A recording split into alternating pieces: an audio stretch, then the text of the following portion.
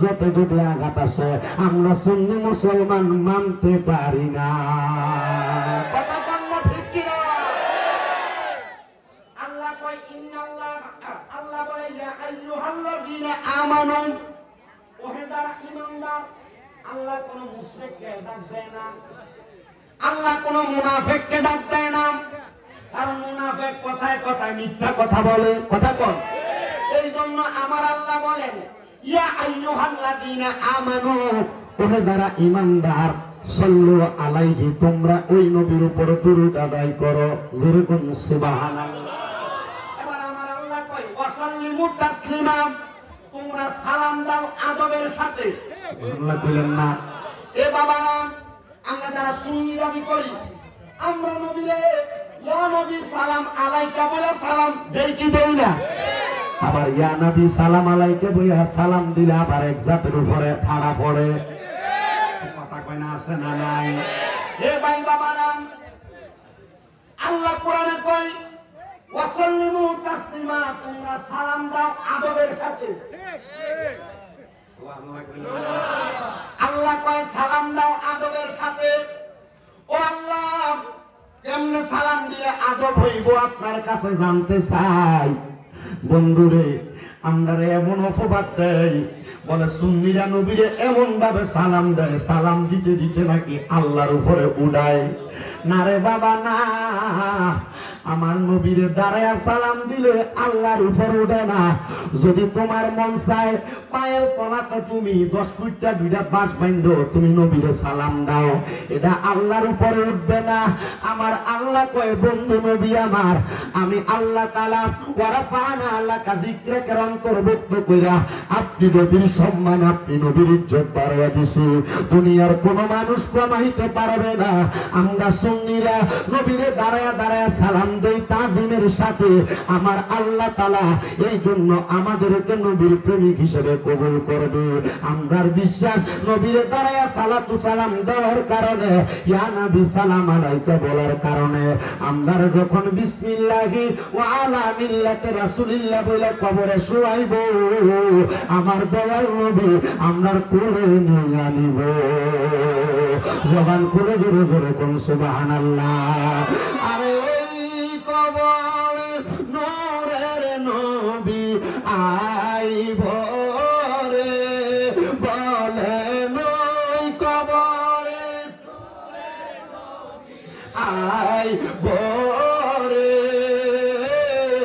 ও প্রাণের মুর্শিদ রে, তুমি ধীরে ধীরে ফিরে ফিরে চাইও রে, তোমায় ডাক দিলে বলার প্রাণে চাইও রে, তোমায় ডাক দিলে শেখের দিকে চাইও রে, ও প্রাণের মুর্শিদ রে, তুমি ধীরে ধীরে ফিরে ফিরে চাইও রে। লাল বলো নীল বলো কত রঙের শাড়ি, শেষ বিদায়ে পরাই দিব সাদা মার্কিন শাড়ি। হাইরে যাইবার বেলা মায়ার নবী আইও রে, বলেন যাইবার বেলা মায়ার নবী আইও রে, ও প্রাণের মুর্শিদ রে, তুমি ধীরে ধীরে ফিরে চাইও রে। হায়রে আমরার বিয়ার যাত্রী আমরা 4 জনারে দেখি, আমদার ঘরে নামাই দিয়া দিব আমায় ফাঁকি। হায়রে ওই কবরে নূরের নবী আইব রে, বলেন ওই কবরে নূরের নবী আই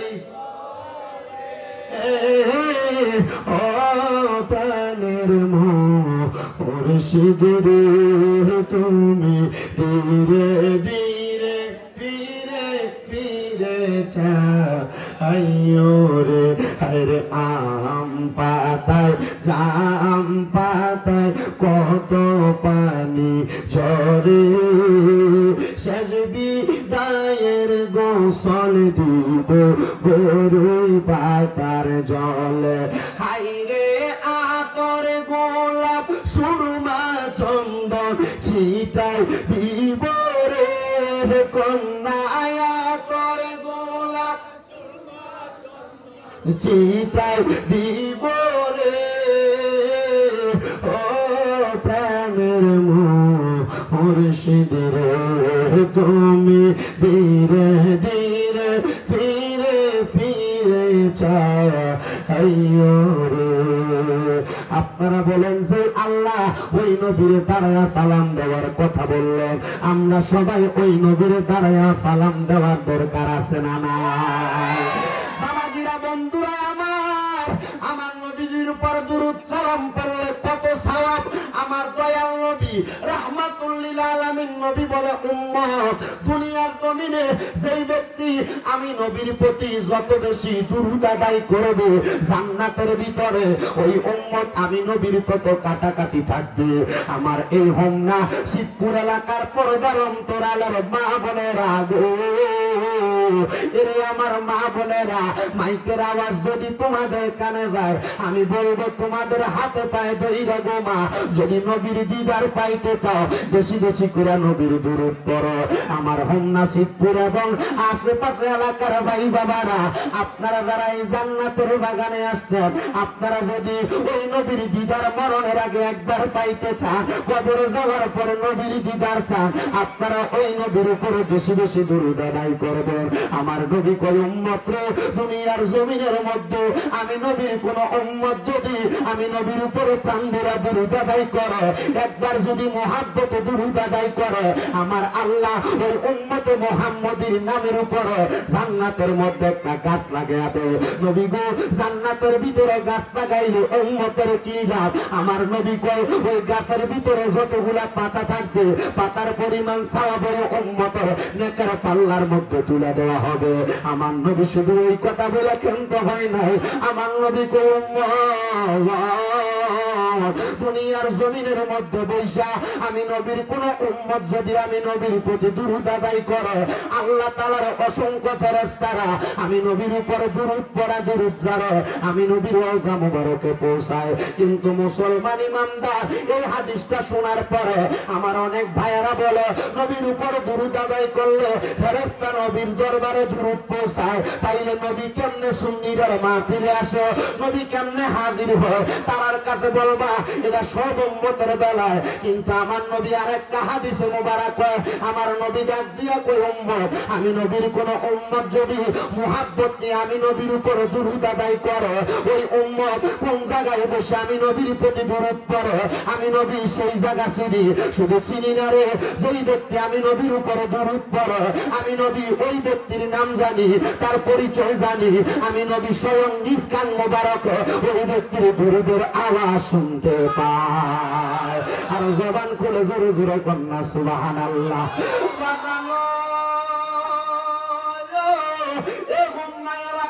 চিতপুর এলাকার আশেপাশে এলাকার ভাই বাবারা, বন্ধুরা, যদি নবীর প্রতি দুরূদ আদায় করলে নবীর দিদার পাওয়া যায়, নবীর সুপারিশ পাওয়া যায়। আপনারা বলেন আমরা সবাই ওই নবীর উপরে দুরূদ আদায় করতে রাজি আছি না নাই? কারা কারা রাজি আছি? ডান হাত দিয়ে আমার আল্লাহরে দেখায়, আল্লাহ যেন কবুল করে ধরে কোন আমি সবাই মহাব্বতে দুরূদ করেন আল্লাহুম্মা সাল্লি মুহাম্মাদ ওয়া আলা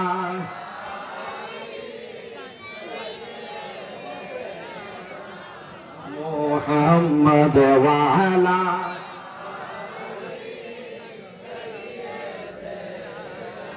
নবীর শানে প্রেমের ডোরে বান্ধনা।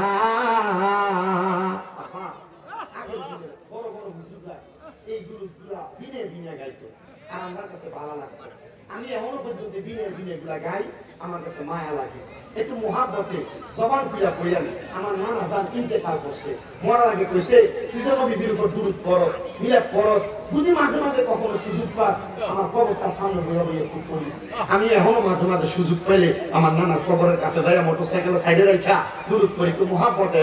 আরে নবীর সনে প্রেমের ডোরে মন বান্ধ না, শয়নে সপনে দেখবা মদিনায়।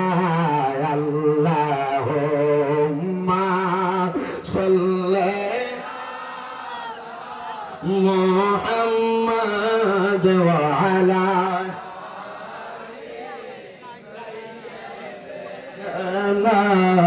মুহাম্মদ। কান্দায়ো না, কান্দায়ো না আমার নবীরে, কন্যা কান্দায়ো, কান্দায়ো না আমার নবীরে, নবীরে কাঁদাইলে কাঁদবা হাসরে। আল্লাহ